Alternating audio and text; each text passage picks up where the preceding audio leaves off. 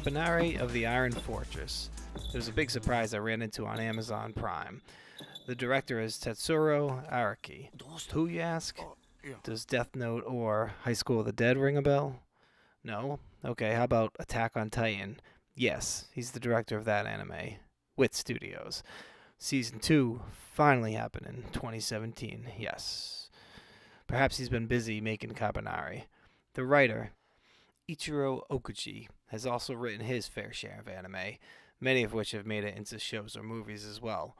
Most notably, perhaps, Eureka 7 and Code Geass, both very respectable anime.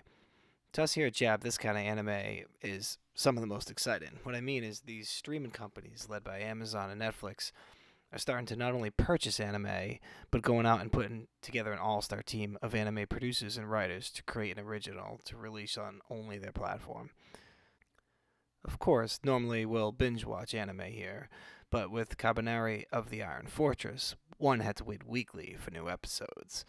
For us Americans, it was rather new, especially seeing that it had only just started airing the month prior in Japan. Okay, enough about the format for now, and let's get into the review part of this review. For the plot, one word, awesome. I love the plot. Without giving anything away, words like apocalypse, zombies, speeding trains, samurai. The story's rather unique to me, even with all those common themes. Even episodes without any cliffhangers still left us wanting more to binge the next episode. Cities trying to keep these zombie-type humans at bay with their huge walls and military training is without a doubt exciting. The trains are built like bulletproof, life-saving machines that are angry at the world. If you aren't a warrior, you should learn to be an amazing engineer. Even the majority of the trained fighters can't even face one Kabaneri, making the inevitable even more inevitable. Big fan. The believability is very good too. Whether Ichiro writes it that way or Tetsuro directs it that way, either way it works.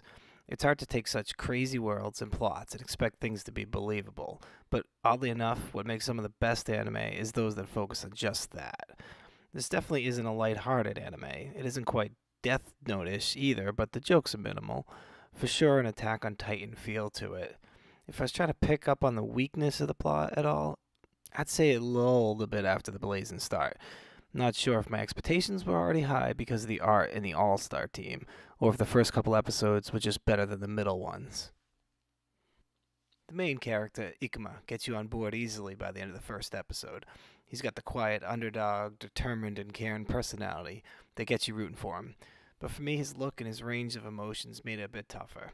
Although you quickly meet Momae, his co-star, if you will, and she'll keep you guessing and watching. Almost a parallel to Mikasa from Attack on Titan.